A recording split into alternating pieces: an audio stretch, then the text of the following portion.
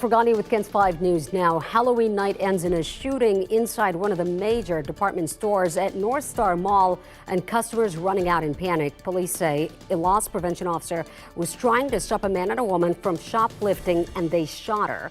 All this going down inside Macy's Tuesday night about an hour before closing time. The wounded officer managed to get away, but the shooting triggered a massive number of police officers surrounding the parking lot near Macy's. Officers thought one of the suspects was still inside. It led to canines being taken in and customers running out. I just heard shots and I went running to grab my stuff and I came outside. That's very disturbing because, you know, it's Halloween, kids are here trick-or-treating. So yeah, that was very disturbing. Officers are still searching for the shooters now. The loss prevention officer was taken to the hospital and is expected to recover. No one else was hurt. This is just the latest violent incident at North Star Mall over the last few months. On June 4th, a man was shot and killed while getting a haircut at a barber shop in the mall. Police believe the victim was targeted. The two suspects have not been caught. July 22nd, two men suspected of stealing clothing shot their way out of the glass window to run from police. They drove off and left a gun behind. No arrests in this case either. A mother helps police arrest her 18-year-old son after he's accused of sex assault. Nazir Baker is accused of attacking the 25-year-old woman outside her San Antonio business, and investigators say it was all caught on camera. Police say he knocked on the door, then lured her outside where he made his move. That woman fought him off and Baker got away. According to investigators, he then tried breaking into another woman's home. She reported him to police, saying he lived in her apartment complex. That's when officers recognized his description from the first incident. They pulled surveillance images and say Baker's mom confirmed his identity. Baker is now facing a sex assault charge. Two teenage murder suspects wanted in that deadly drive-by shooting of a 25-year-old woman are back in custody after they bonded out of jail then bolted. This is 17-year-old Isaac Gonzalez in handcuffs and smiling. Bexar County deputies also arrested a 15-year-old. The two are accused of killing a young woman and wounding another during a drive-by shooting last October. The sheriff said the two teens shot up the wrong house during a targeted attack on a rival gang. They tracked down Gonzalez after he posted a picture on social media with the caption, "Tell everyone at gang unit I said catch me." The sheriff said family members of both teens will also face charges of harboring a fugitive, adding they lied to law enforcement and hid the boys.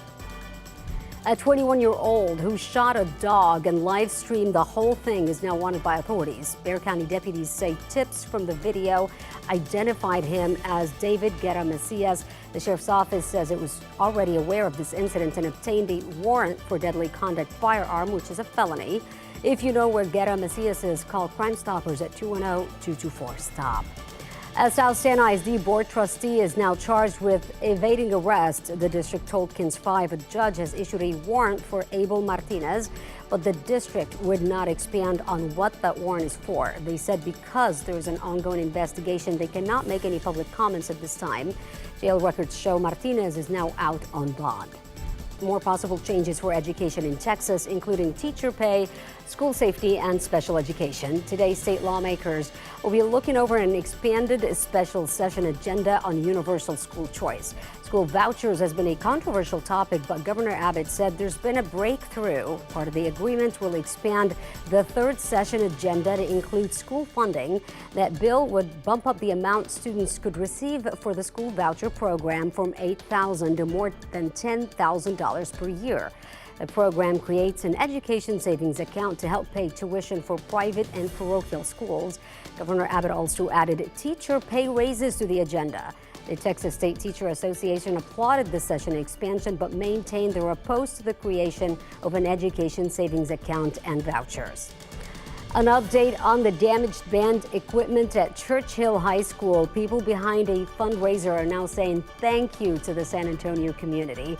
Over the weekend, the instruments got soaked during a performance in Waco. The rain caused $28,000 in damage. An online fundraiser for the students has now surpassed its goal to make the repairs. More than $29,000 was raised. Today is Dia de los Muertos, and San Antonio has many events to commemorate the holiday. The San Antonio Cultural Arts is inviting you out to join their annual procession on El Paso Street and to visit the Peace and Remembrance mural to honor those we have lost.